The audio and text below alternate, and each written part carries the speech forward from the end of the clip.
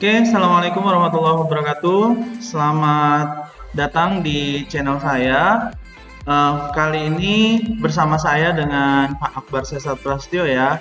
Jadi mulai semester 2 ini kita akan mulai pembelajaran dengan materi baru ya. Sebelumnya kita sudah pernah belajar di semester sebelumnya itu belajar mengenai materi kelompok sosial dan setelah itu permasalahan sosial gitu ya. Jadi untuk semester 2 ini kita akan masuk ke materi yang dinamakan tentang struktur sosial. Lalu setelah itu kita ngomongin tentang konflik dan integrasi sosial gitu ya. Jadi silakan disimak untuk materi KD yang ketiga ini dimulai dari struktur sosial, subbab pertama yaitu tentang stratifikasi sosial gitu ya. Untuk diketahui bagi anak-anak kelas 11 IPS ya, terutama IPS, silakan disimak video ini baik-baik. Jika ada pertanyaan silakan tulis di kolom komentar di YouTube ya. Nanti di akhir atau di tengah-tengah atau di berjalannya video, baik ini video yang ini maupun video seterusnya, itu akan ada kuis atau pertanyaan-pertanyaan yang bisa kalian jawab atau kita diskusikan bareng-bareng di Google Classroom yang akan saya posting gitu ya. Jadi silakan tonton video ini dari awal sampai akhir karena bisa saja pertanyaannya ada di awal, ada di tengah, ada di akhir gitu ya. Jadi silakan menyaksikan video berikut ini gitu ya. Oke, kita langsung mulai saja dari pengertian, proses dan karakteristik stratifikasi sosial. Bisa dilihat di sini stratifikasi ya, stratifikasi strata gitu ya. Strata itu biasanya konsepsikan berkaitan dengan sarjana ya, sarjana S1, S2, S3, stratifikasi, strata 1, strata 2, strata 3 gitu ya. Oke, stratifikasi atau perbedaan adalah keniscayaan dalam masyarakat sebagai suatu struktur yang bersifat interseksi atau menyilang, interseksi ya, intersection atau menyilang. Keanggotaan masyarakat terdiri dari individu-individu yang memiliki banyak perbedaan. Perbedaan tersebut dapat diakibatkan oleh kepemilikan sesuatu yang dianggap berharga oleh masyarakat, sehingga banyak ataupun sedikitnya kepemilikan menimbulkan adanya kedudukan yang berbeda. Nah, ini yang disebut sebagai stratifikasi sosial ya. Jadi kalau kalian melihat prolog ini atau awalan ini, jadi stratifikasi sosial itu basisnya adalah karena adanya perbedaan yang menimbulkan tingkatan-tingkatan gitu ya, karena adanya sesuatu yang dianggap berharga oleh masyarakat. Nah, ini menurut para ahli ya, salah satu contoh ahli yang disebutkan di sini menurut Pitrim Sorokin mendefinisikan stratifikasi sosial itu adalah pembedaan penduduk. Bentar, saya kasih pennya dulu ya. Pembedaan penduduk atau masyarakat ke dalam kelas-kelas. Ingat di sini ada tulisan kelas-kelas yang tersusun secara bertingkat. Jadi udah kelas bertingkat gitu ya. Jadi kalau misalkan kita gambarkan itu dari atas ke bawah atau dari bawah ke atas gitu ya. Jadi kelas-kelas yang tersusun secara bertingkat. Perwujudannya adalah kelas yang tinggi dan kelas yang lebih rendah. Dasar dari inti lapisan-lapisan masyarakat adalah ketidakseimbangan. Nah ini ya, ketidakseimbangan. Jadi kalau seimbang masih sejajar atau ya. Tapi kalau stratifikasi ini karena adanya yang di atas itu memiliki yang lebih dibandingkan yang bawah gitu ya. Ketidakseimbangan menyangkut kepemilikan suatu yang dihargai. Jadi poinnya di sini adalah value ya, atau nilai yang dimiliki dari orang-orang dari kelas-kelas atau hierarki yang di atas dibandingkan sama yang di bawah gitu ya. Nah, adapun proses terjadinya stratifikasi sosial dalam masyarakat dapat dibedakan menjadi dua hal atau dua proses gitu ya. Yang pertama dibentuk dengan sendirinya atau dengan sengaja ya. Nah, stratifikasi bisa dibentuk dengan sendirinya ya. Biasanya diakibatkan karena adanya kepandaian, tingkat umur, sifat keaslian keanggotaan, dan kepemilikan harta yang diwariskan. Jadi stratifikasi yang dibentuk dengan maksudnya tidak disengaja ya, diralat. Stratifikasi yang terbentuk dengan sendirinya maksudnya dari sononya udah ada, karena kita secara umum memiliki nilai yang berbeda. Nah, kalau di sini ukurannya bisa dilihat dari kepandaian, tingkat umur, sifat keaslian keanggotaan, maksudnya dia benar-benar asli atau dia masuk dari tengah-tengah dan seterusnya ya. Dan kepemilikan harta gitu ya. Jadi kalau misalkan stratifikasi yang terbentuk dengan tidak sengaja itu karena udah dari sononya gitu ya, udah dari sananya ada. Contoh misalkan tingkat umur, kan kalau umur kan beda-beda ya. Saya misalkan dengan kalian itu tingkat umurnya berbeda atau senioritas, maka saya ada di atas stratifikasinya dibandingkan dengan kalian yang masih di umur belasan tahun gitu ya.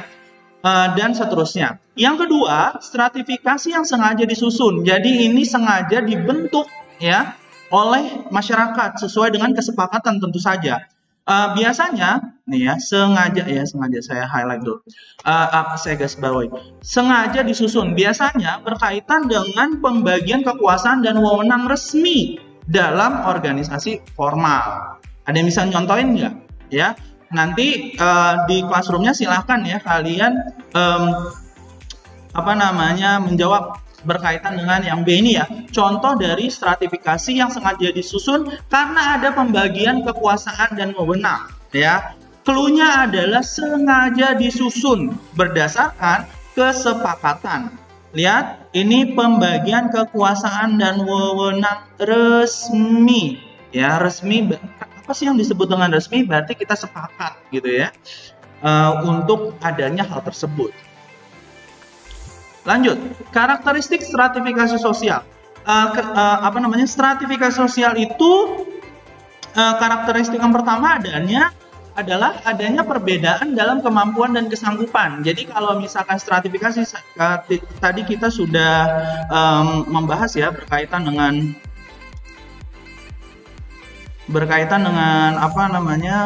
stratifikasi sosial itu memiliki perbedaan dalam kemampuan dan kesanggupan. Jadi seseorang itu, setiap masyarakat itu karena ada perbedaan kemampuan dan kesanggupan, maka dia dibedakan secara stratanya atas dan bawah ya. Anggota masyarakat yang menduduki lapisan lebih tinggi tentunya memiliki kesanggupan dan kemampuan lebih besar dibandingkan anggota masyarakat lapis bawahnya. Ilustrasinya simple. Kalian kelas 2 kan? Kelas 2 itu pastinya akan memiliki materi yang lebih kompleks dibandingkan kelas 10 gitu ya. Kalian akan memiliki lebih banyak kompleksitas ilmu yang sudah dipelajari di kelas 2. Jadi anak kelas 10 sama anak kelas 11 pasti kemampuan belajarnya, karena kalian sudah belajar lebih banyak, maka harusnya kalian lebih menguasai materi dibandingkan dengan kelas 10 gitu ya. Jadi secara kompleksitas materi itu akan lebih tinggi gitu ya. Nanti ketika kalian masuk ke kelas 3 ya, itu akan lebih tinggi lagi gitu ya. Beda dengan senior kalian yang sekarang udah kelas 3, pasti mereka lebih banyak lagi mempelajari ilmu-ilmu berkaitan dengan materi pembelajaran di kelasnya gitu ya. Jadi kalau misalkan kita ngomongin sosiologi, kelas 3 itu atau kelas 12 itu akan memiliki materi yang lebih banyak gitu ya, akan mempelajari materi yang lebih banyak. Sebagai contoh misalkan salah satu yang udah dipelajari tentang perubahan sosial. Kan kalian di kelas 11 ini tidak belajar kan, atau belum belajar materi tersebut. Boleh nggak belajar? Ya belajar, nggak apa-apa, pelajari aja. Tapi standarisasinya adalah kalian cukup untuk belajar sampai materi yang kelas 11 ini yang sekarang kita pelajari tentang stratifikasi sosial. Terus yang kedua karakteristiknya, adanya perbedaan gaya hidup ya, perbedaan lifestyle.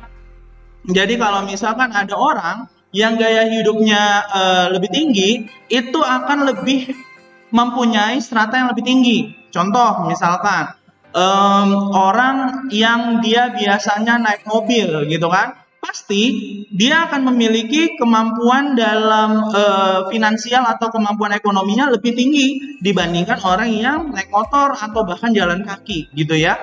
Ini kita ngomongin dari kemampuan dia lifestyle gitu ya. Karena memang harganya beda gitu ya. Kalau misalkan kita naik motor, biaya perawatannya, servisnya, terus apa namanya, suku cadangnya, bensinnya dan segala macamnya itu berbeda dibandingkan dengan orang yang punya mobil. Makanya perbedaan gaya hidup ini juga bisa menciptakan stratifikasi sosial. Biasanya ini berkaitan dengan ekonomi gitu ya. Terus yang ketiga, adanya perbedaan hak dan akses. Nah, ini disebut sebagai privilege dan prestige ya, prestige dan privilege ya. Silakan kalian cari bahasa Inggrisnya di Google ya, tentang apa sih itu prestige dan apa itu privilege. Ya, intinya adanya perbedaan hak dan akses dalam memanfaatkan sumber daya. Nah, biasanya orang yang stratifikasinya di atas, dia akan lebih memiliki banyak privilege dan prestige dibandingkan dengan orang-orang di bawahnya. Contoh simple yang paling bisa kita lihat, stratifikasi yang kita lihat secara resmi aja deh ya. Pak Presiden Joko Widodo itu akan memiliki hak ya dan akses terhadap yang dia mau. Contoh misalkan Pak Jokowi bisa memerintahkan militer, dia bisa mengendalikan polisi, dia bisa memegang kebijakan ekonomi. Bagaimana caranya dia menangani COVID-19 ini, gitu kan? Nah, itu yang disebut sebagai prestige dan privilege. Atau kalau kalian lebih mau simpel lagi, Pak Jokowi itu bisa nerobos lampu merah gitu ya. Jadi karena dia sudah punya diberikan hak gitu ya, bukan dia nerobos secara melanggar lalu lintas ya, karena dia adalah VVIP, very important person di Indonesia gitu ya. Jadi dia punya hak atau punya prestige, punya privilege, dia punya kewenangan untuk menerobos lampu merah gitu ya, dan itu adalah privilege-nya beliau gitu ya. Tapi kalau saya yang masyarakat biasa menerobos lampu merah akan auto ditilang gitu ya, karena saya tidak mempunyai privilege tersebut gitu. Paham tidak sampai sini ya? Saya harap sih paham ya. Jadi adanya hak dan akses atau yang disebut dengan prestige dan privilege itu di dalam stratifikasi sosial itu setiap orang yang menduduki kastanya atau tingkatannya masing-masing itu akan memiliki privilege dan prestige yang berbeda-beda gitu ya. Dalam bidang ekonomi, dalam bidang sosial, dalam bidang politik gitu ya, dan segala macam. Kalau yang saya contohkan tadi Pak Jokowi dengan masyarakat biasa berarti berkaitan dengan prestige dan privilege di bidang kenegaraan atau politik gitu ya. Terus kita masuk ke kita udah masuk ke pertanyaan ya, uji pengetahuan.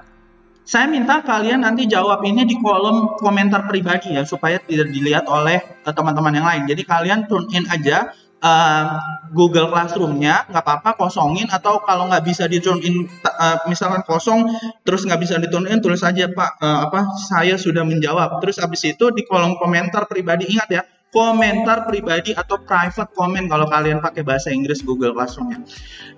Jawab pertanyaan ini ya, 2 pertanyaan. Mengapa terjadi stratifikasi sosial?